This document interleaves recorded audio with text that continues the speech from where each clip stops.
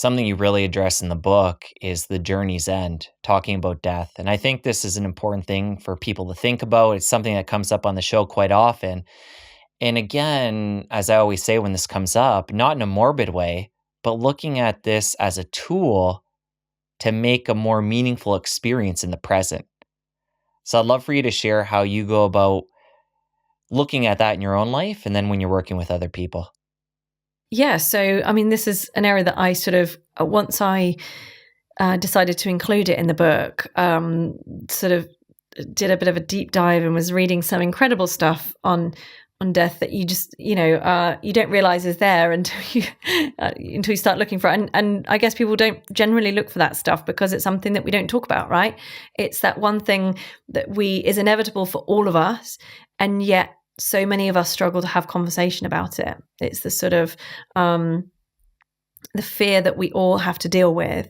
It's certain we will all die at some point, but it's also filled with uncertainty because nobody really most people don't know how or when or when they're going to die, and so there's that sort of uncertainty around it, and the fear and the dread and the horror of and all the what ifs that come along. So it's all that, we're all dealing with this in our own ways. And because of, I think, that sort of huge uncertainty around death, it makes it really difficult for people to talk about because we want to feel safe. We want to feel secure. And there's no way of doing that.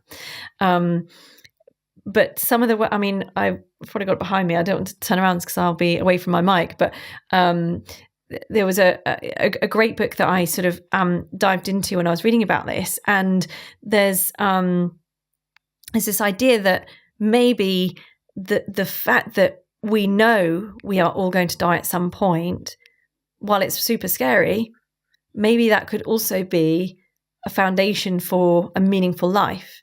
That if we're not here forever, what are we going to do with our time? And how are we going to make that meaningful in some way? And so rather than sort of trying not to think about or not talk about or acknowledge this thing that happens to everybody, how do we add it into our idea of a meaningful life, that we don't know when we will go, but we have to live as if that we have a future for it to be meaningful. So it's this whole sort of balancing act that, it's fascinating when you go into it, because it can be really sort of life enhancing, I think, in terms of helping us to access gratitude. That once we realize, this is it. This is the time is now. This is our time. When then it can really help you to sort of access what is most meaningful to me right now, what matters most, and what am I going to do about that? Somewhere along the journey of the podcast, it was something that I delved into more and more with guests, and for me, it's been probably the last couple of years or so that I've gone deeper into thinking about that on a regular basis. And for me, it just helps me not sweat the small stuff, brings me to the present moment, and just lets me really enjoy whatever is right in front of me. Yeah.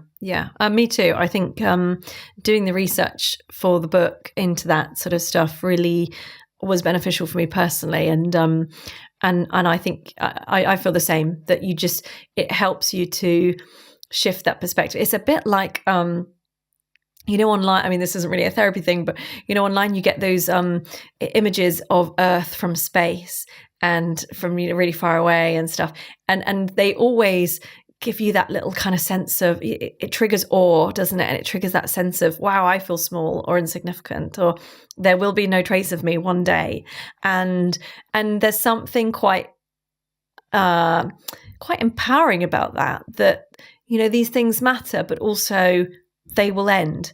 And so how do I make them matter now? And how do I enjoy the ride and, do what matters most to me? And stop sweating small stuff, as you said, how do I kind of let go of these things that are making my life more difficult and troubling me, but are not essential.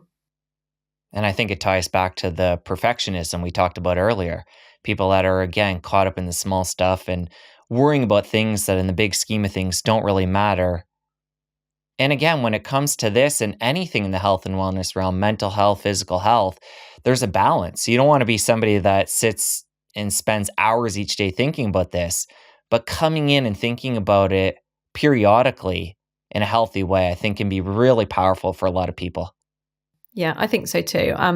It's something to sort of balance out, and because often, these things can show up if we're living with a sort of fear of death, it can, but we're not allowing ourselves to go there and talk about that. It can show up in other ways. When lots of people are struggling, especially post pandemic, lots of people are struggling with health anxiety, and often those things can be around fear of death, and where you have anxiety about something. And maybe you go to therapy and it gets better for a while. And then this new anxiety pops up somewhere else. And it's sort of a different scenario, but they all link to the same theme.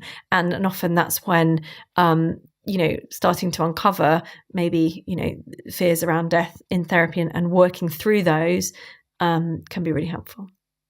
If you enjoyed that clip, press here for the full episode. I'll see you over there. So you can experience that wash of emotion as an experience, not who I am. It doesn't mean I'm unable to cope. It's just a wash of anxiety. And then I'm going to choose what to do with it.